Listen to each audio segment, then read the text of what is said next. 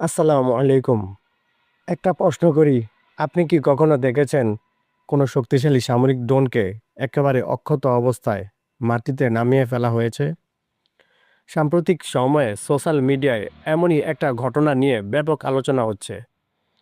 অনেকে বলেছে ইরান নাকি ইসরায়েলের একটি ড্রোনকে কোনো ক্ষতি না করেই নিয়ন্ত্রণ নিয়ে মাটিতে নামিয়েছে।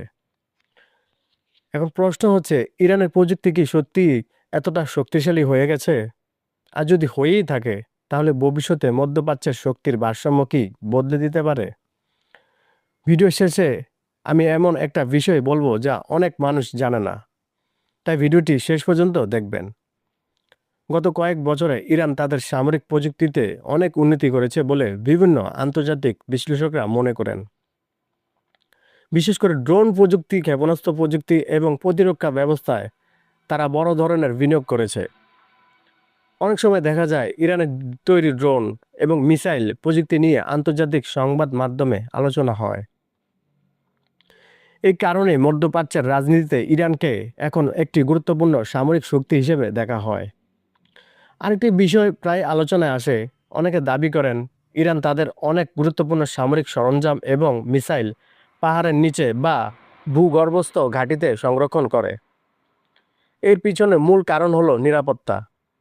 যদি কোনো সংঘাত বা যুদ্ধ পরিস্থিতি তৈরি হয়, তাহলে সাধারণ সামরিক ঘাঁটি সহজে আক্রমণের শিকার হতে পারে, কিন্তু ভূগর্ভস্থ ঘাঁটি ধ্বংস করা অনেক বেশি কঠিন হয়ে যায়।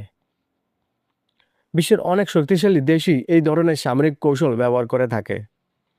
মধ্যপ্রাচ্যের রাজনীতিতে ইরান, ইসরায়েল এবং আমেরিকার সম্পর্ক সবসময় উত্তেজনাপূর্ণ। ইসরায়েল বহুবার বলেছে ইরানের মিসাইল কর্মসূচি তাদের নিরাপত্তার জন্য বড় হুমকি হতে পারে। অন্যদিকে আমেরিকাও দীর্ঘদিন ধরে ইরানের উপর বিভিন্ন ধরনের অর্থনৈতিক নিষেধাজ্ঞা দিয়েছে।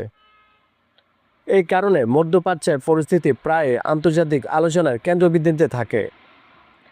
সবচেয়ে বড় প্রশ্ন হচ্ছে, ইরান কি পারমাণবিক শক্তিধর দেশ হবে?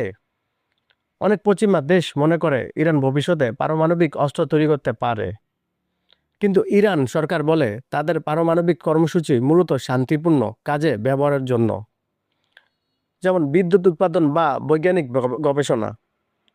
এই বিষয়টি নিয়ে বহু বছর ধরে আন্তর্জাতিক আলোচনা চলে এবং এখনও এটি একটি গুরুত্বপূর্ণ বৈশ্বিক ইস্যু।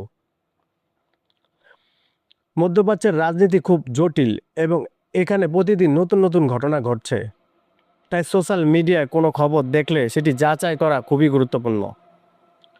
এখন আমি আপনাদের কাছে একটি প্রশ্ন রাখতে চাই, আপনার কি মনে হয় ভবিষ্যতে ইরান কি আরও বড় সামরিক শক্তি হয়ে উঠবে? আর মধ্যপ্রাচ্যের এই উত্তেজনা কোথায় গিয়ে শেষ হবে? আপনার মতামত অবশ্যই কমেন্টে লিখে জানাবেন।